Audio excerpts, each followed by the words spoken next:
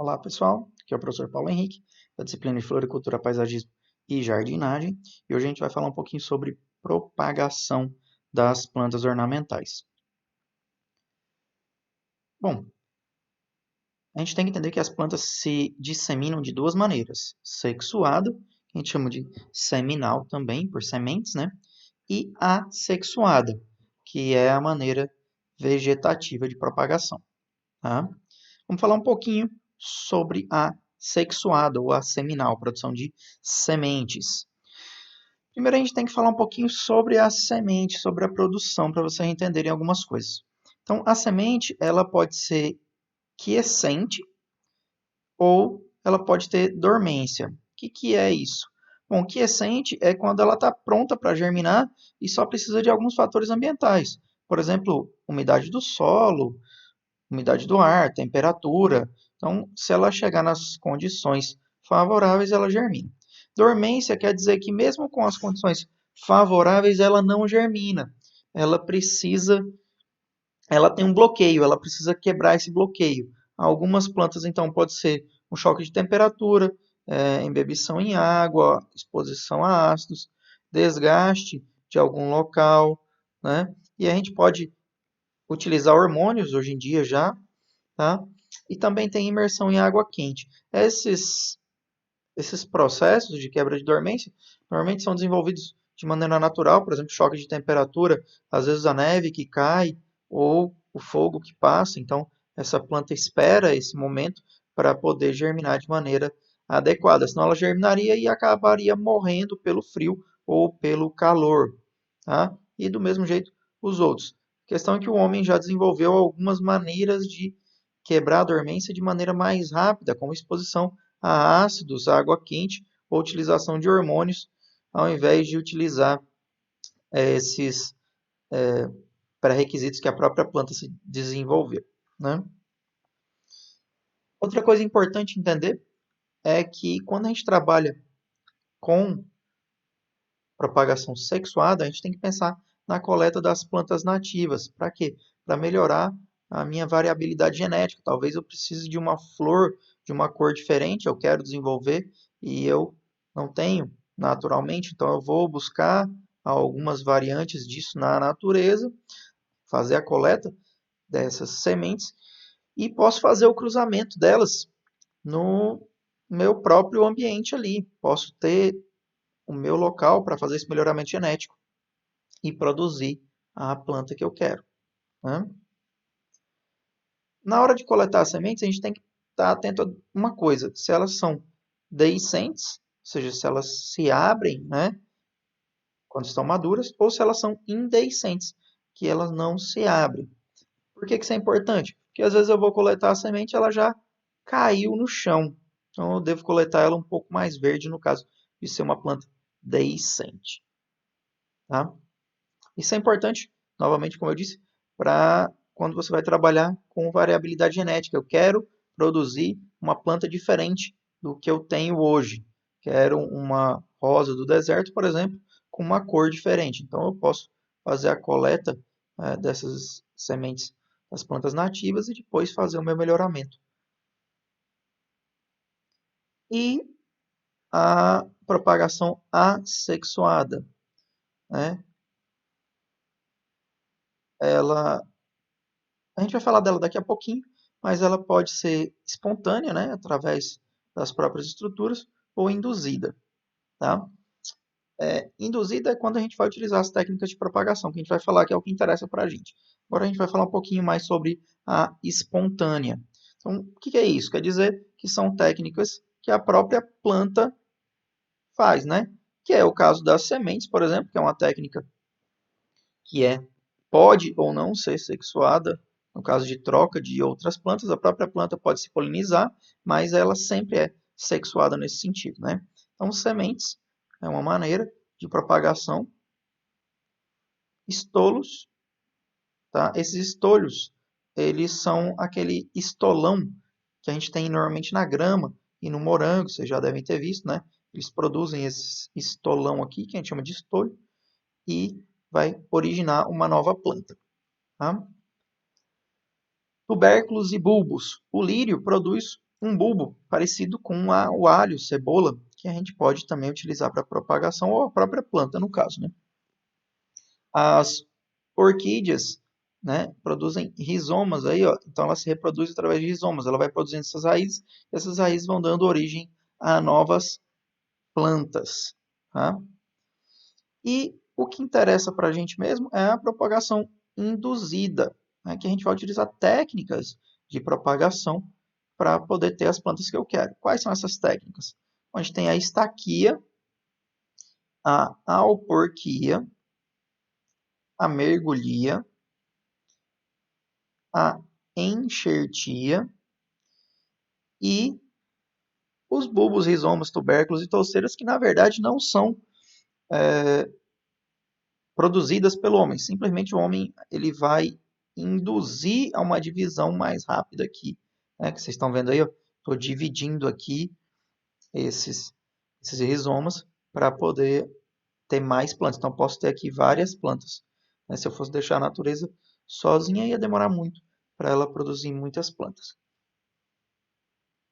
Uma coisa muito importante sobre as técnicas induzidas é que elas padronizam o produto, o que favorece a comercialização. Porque quando eu tenho, por exemplo, uma rosa do deserto com características de flores que eu quero, né, eu vou trabalhar para multiplicar aquela e que ela tenha as mesmas características da mãe. No mesmo caso de uma orquídea, igual vocês estão vendo aqui a divisão, então isso aqui são clones que eu estou fazendo, né? Eles vão ter a mesma característica da planta mãe, tá? Isso também vale para a alporquia, para estaquia, para mergulhia e para enxertia, só que no caso da enxertia, quem vai apresentar então as características da planta mãe é a parte que está em cima, que a gente vai falar mais sobre isso daqui a pouquinho.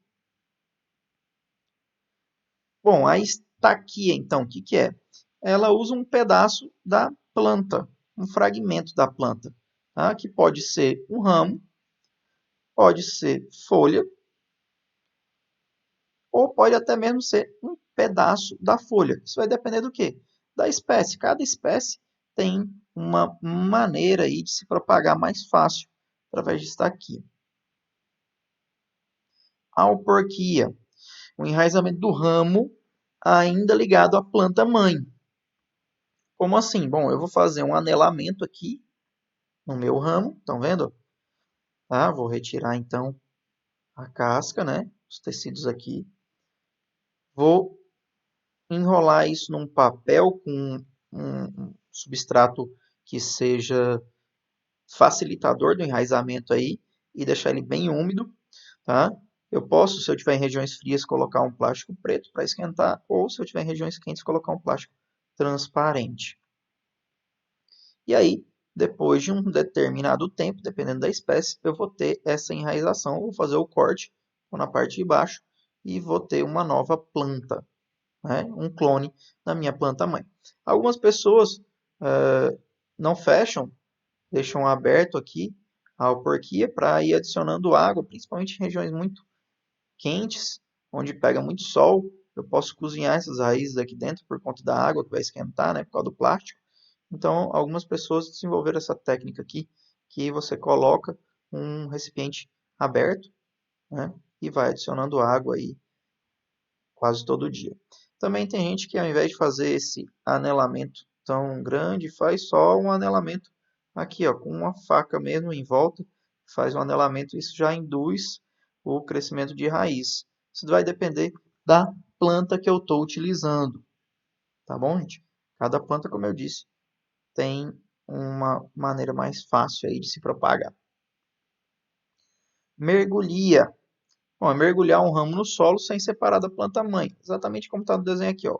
Mergulhei ele aqui, fiz uma estaquinha para ele, vai virar uma nova planta aqui, um clone dessa planta mãe aqui, tá?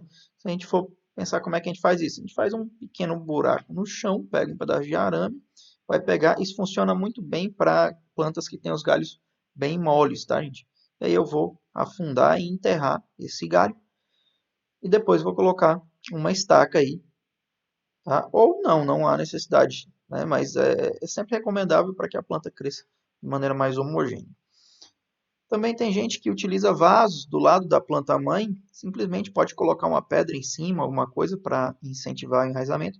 Nesse caso aqui eu facilito a retirada depois, né? Porque a planta já está enraizada aqui no meu vaso, então facilita a retirada dessa muda para levar para outro lugar. Aqui eu vou ter problema na hora de tirar, eu posso ter contaminação com o solo, enfim, isso aqui melhora alguns aspectos do quesito da mergulhia como técnica de propagação.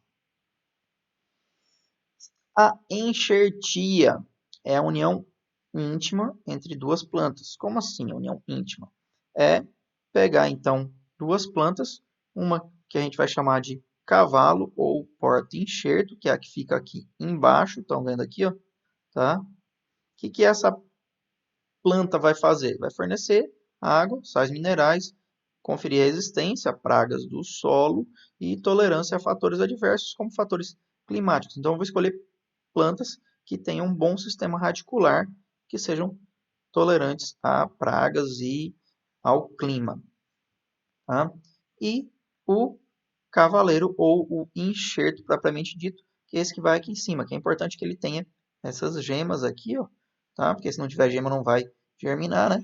Então essa gema vai receber então essa água e sais minerais do porta-enxerto e vai produzir então. A planta que eu quero então é a que está em cima, né? É o enxerto ou o cavaleiro. É ele que vai me dar a produção que eu quero, tá? E a enxertia pode ser dividida em vários tipos. Primeiro, a gente vai falar da borbulia, que é uma única gema sobre o porta-enxerto. A gente vai retirar a gema, estão vendo aí? Retirei a gema com uma faca. Vou abrir a casca aqui, estão vendo? Estou abrindo a casca e estou colocando essa gema ali dentro.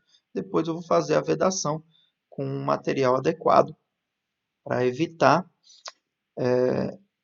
o apodrecimento aqui por entrada de patógenos ou algum outro problema. Tá?